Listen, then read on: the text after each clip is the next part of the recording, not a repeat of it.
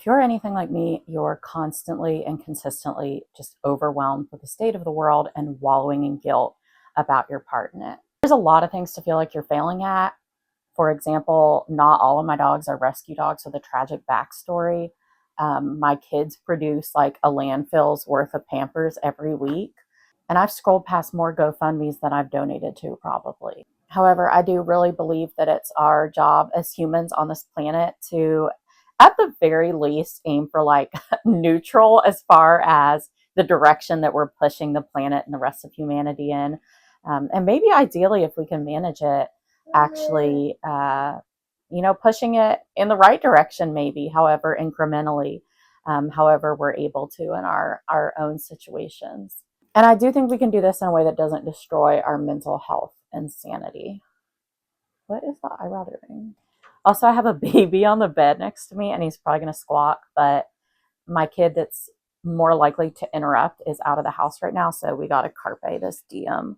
So this video is about 2 different ways that I found to be sustainable in your household without driving yourself crazy. And if you look up ways to be sustainable in your household, then there's lots of suggestions, right? And some of them are pretty intimidating, and not all of us can put solar panels on our roofs or a worm bin in our kitchen, or even thrift everything that we own or buy everything that we own secondhand, right? People have different access to resources, different access to retail spots, different abilities to get out and about. Lots of different factors can play into how easy or not easy it is for you to live a sustainable lifestyle. It's just a sad fact of life in the current state of things in at least America, that you really can't avoid some behaviors that are kind of harmful. And that can make it feel really overwhelming, right? You can feel just absolutely helpless in the face of sort of everything that's going on as far as the health of our planet and our contributions to its negative, the negative aspects of that, right? But I'm here to share 2 different things that I have done that have helped me make our household more sustainable. And they've also helped me be like a little bit less, they've helped my brain. They've helped my brain settle down. They have not made my life harder. They have made my life easier. And realistically, some sustainable swaps are going to make your life harder. These are going to make your life easier, I promise. I hope. I am naturally just a really chronically disorganized person. And I'm not very good at keeping track of things. I'm not very good at keeping things under control. And, that's just not my talent and my skill. And I think if you maybe fall into that camp of like chronically chaotic people, then maybe these 2 tips will be a really good fit for you. If you are a minimalist with a clean house and reusable paper towels, this is probably not for you. And that's love and respect you, and thank you for doing what you're doing. But I think this is for the people. This is for the people who are falling apart, but you still like the planet. Okay, so both of these really focus on reducing waste and being more conscious of the things that you buy, which are 2 things that I am not naturally good at. Thing number 1 is a list. And the way that I do this, and listen, I'm just going to tell you the way that I do it, and then you got to go out and you got to live your life and do what you want to do. I have the Walmart app on my phone. Yes, I know Walmart. This is a video about sustainability, and I have the Walmart app on my iPhone, and I'm talking about Walmart. Unfortunately, it is a fact of life that not all of us are able to avoid. Certainly, you can be conscious and make good choices about the things that you buy, but many of us have to buy things at a big box store, right? So my big box store that I personally have sold my soul to is Walmart, and you insert here whichever one that you have found to be unavoidable in your life. And every time I think of something that I need for the household, or I run out of a food item, I will hop immediately onto the Walmart app and I will add it to the cart on the Walmart app. I don't have a list on my phone. I used to do like a notes app list and that kind of thing. And I stopped doing it because it was an extra step. And I'll tell you how it was an extra step. Straight into the cart it goes. It doesn't have to be like something that you're actually going to buy from Walmart, right? Like, for example, I buy most of our meat either from a local butcher, or we actually have a small farm, so we produce some of our meat on the farm. But I add it to the Walmart app anyway, because that puts it into my brain that we've run out of that thing and I need to somehow acquire more of it. Then when it comes to shopping day, I hop on there on that Walmart app, I look at the cart, and I pick out the things that I am not going to buy at Walmart, go through the cart, pull out the things that you're going to buy somewhere else, figure out how, when, and where you're going to go get those. And then everything else that's in the Walmart app, or whatever app it is that you are going to get at Walmart, place an order for pickup and go and pick it up. Do not put your little toes into the Walmart store, because the minute that you go into the store, then you start adding things to your little basket that you did not mean to buy and that you probably didn't need, because it hasn't occurred to you until you saw it in the Walmart store that you should buy it. And I am someone who is highly susceptible to the psychology of the way that they lay out retail stores. I will fall for it. Okay, I will fall for it. So I can't be trusted to go in there. And this has not only saved me a lot of money, but it saved me from buying repeats of things, which I'm very bad about. I have been known to have 5 to 7 cans of smoked paprika in my cupboard at a time, because I live in the middle of nowhere. So I get to the store and I'm like, I don't remember if I have this or not. I wrote it on my list, but like, did I actually check for it? I need it for this recipe, so I better go ahead and buy it, because I'm going to have to drive, 30 minutes if I get back home and realize that I don't have it. So it's kept me from buying a lot of repeats of things. It's kept me from buying things that would otherwise expire, because I don't need additional cottage cheese that is, accumulating in the back of my fridge. And it's also helped me from buying things that I never would have planned to buy anyway, just because I encountered them while I was inside the store. So is it going to save the world? No. Okay. No, it's not going to, but we're just trying to be a little bit better. We're not trying to be perfect. So that's number one. I don't know if this will show up in the video, but I just had a baby and all my hair is just dropping. It's just falling out. Pretty soon I'm going to be more sustainable, because I won't need hair care products, because my hair will be gone. And I don't know if you can see in the video, but I'm just dripping with loose hair. All right. We're going to roll on to number 2. This is another one for my fellow chaotic, disorganized people.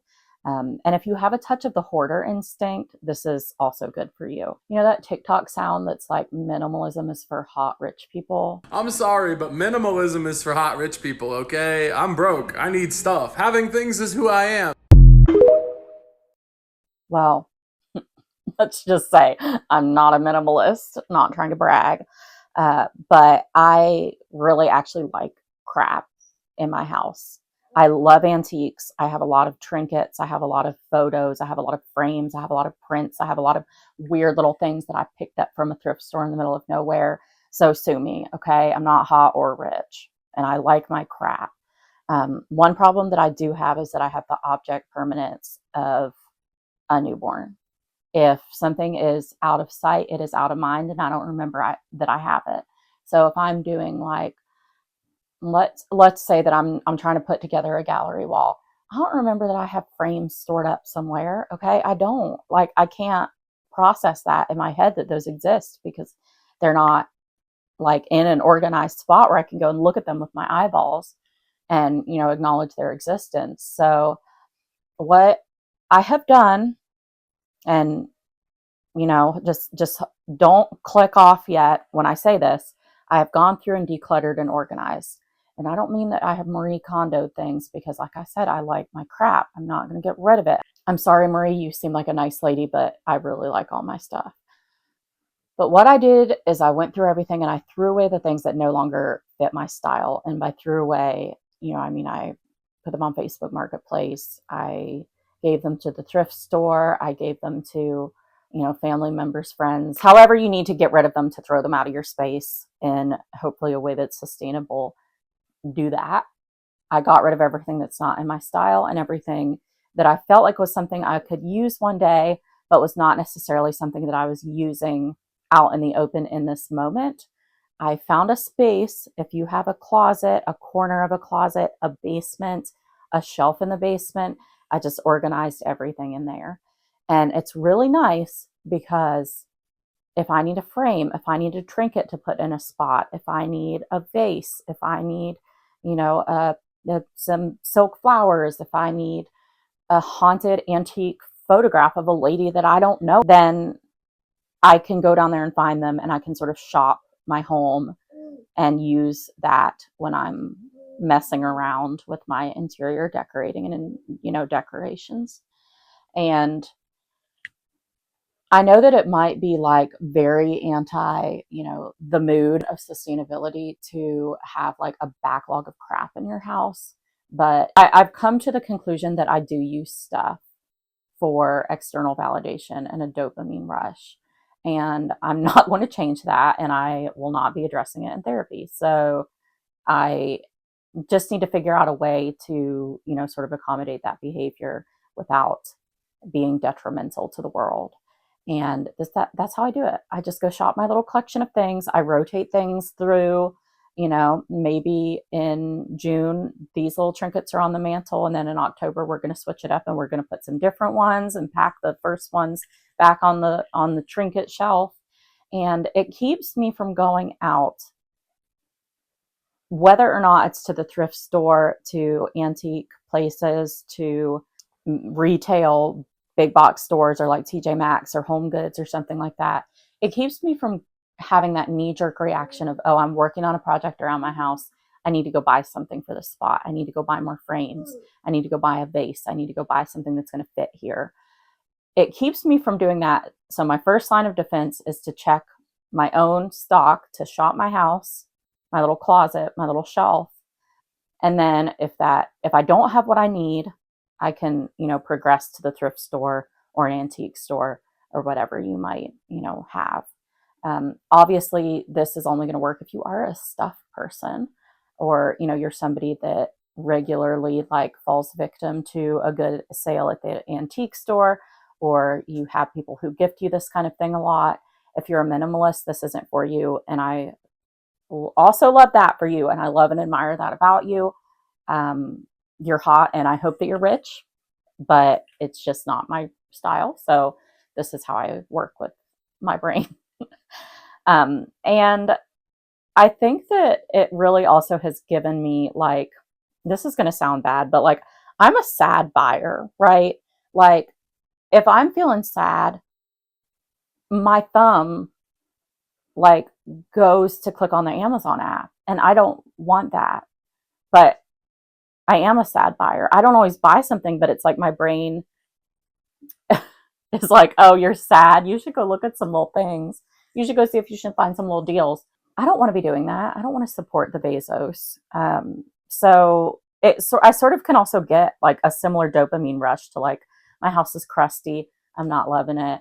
And I'm just going to go, look at my little shelf of things and shop from my little shelf of things and switch something out. And so it kind of gives me that little like, oh, I went shopping rush, but it's free. And you're not adding anything to the environment. You're not going to the Home Goods, to the TJ Maxx, and, adding something to your house that you don't need to be adding to your house. So that is thing number 2.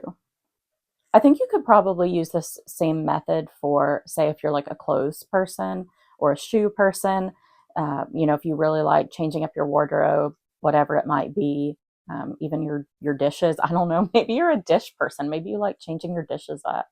You could use the same method to sort of organize those items as well. I just happen to be kind of into attempting to do, interior decorating projects. So there we go. It is not building your house out of corn cobs.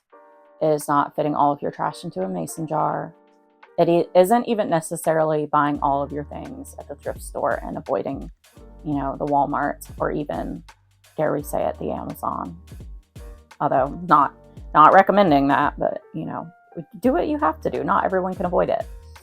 But these are 2 small steps that, as a chronically chaotic, disorganized person, I have found have enabled me to shift the needle in my own household towards buying less, producing less waste, and overall being a little bit more sustainable and also maybe a little bit more sane. I hope that maybe you got something from this. I hope you found something useful in here. If you have any tips that you would like to share as far as easy sustainability and, household management and organization and just like trying to be a little bit better as a person, then I would love to hear them. So share them in the comments, and that would be just lovely. So thanks for stopping by, and I am going to see you next time.